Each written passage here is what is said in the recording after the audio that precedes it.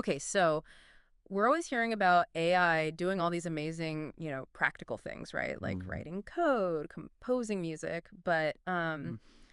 what about the big questions, right? Yeah, The ones that philosophers have been like debating forever. exactly. Yeah. What happens when we kind of point this technology at those? Yeah, it's really interesting because it's no longer just about solving problems. Yeah. It's about engaging with these really complex topics like, what is identity? Yeah. What is morality? Consciousness even. Yeah. Wow. Yeah. So that's what we're diving into today. And this is where Philocapybara comes in, right? Yeah. So imagine a YouTube channel. The host, not a human. Okay. A stylish animated capybara. I get Capybara. A capybara. It sounds crazy, but just stick with me. Okay. They use AI agents. So basically these are like sophisticated computer programs, right? Yes. To debate these philosophical Yeah, so topics. talk about algorithms. Right. Right. These are programs that are designed to process information, learn, and actually construct their own arguments. Okay, so we're not just talking about like Yeah. lines of code spitting out, philosophical No, quotes. exactly, exactly. They take the data they've been trained on Right. and come up with really interesting arguments. So I was looking at this, Yeah. and there was one example on Philocapybara that I thought was really fascinating. It was a debate about free will versus determinism, Oh, wow. which is a classic, Okay. That's a philosophical. huge question. Yeah, exactly. But the AI in this debate introduced this really fascinating angle.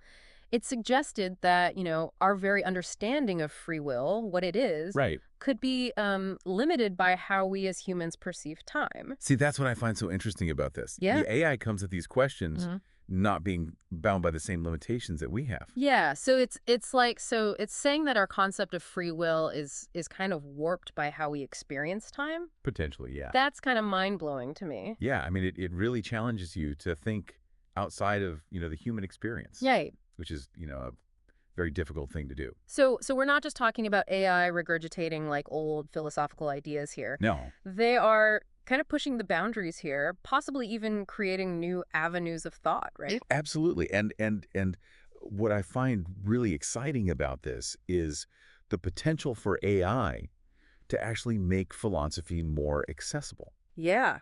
Yep. Imagine AI sparking these really interesting philosophical conversations Yeah. in classrooms, online forums, even, around the dinner table. Right. That Exactly. Yeah. It's like anyone can kind of, dip their toe into these topics. And that's what Philocapybara is doing, right? Right. It's using this, slightly quirky, his capybara host Right. to make it fun and engaging. Yeah, and it makes you think, right? Yeah. You've got AI tackling these philosophical questions, and then they get a capybara to host. It makes you wonder, what does this even say about intelligence? Can we even call it intelligence when it comes to AI? These are questions that we'll be grappling with. Yeah. And if a capybara is leading the charge in philosophy, what does that make us? Right. Exactly. Something to think about. Yeah. That's all the time we have for today, but Gotcha. it's pretty amazing stuff.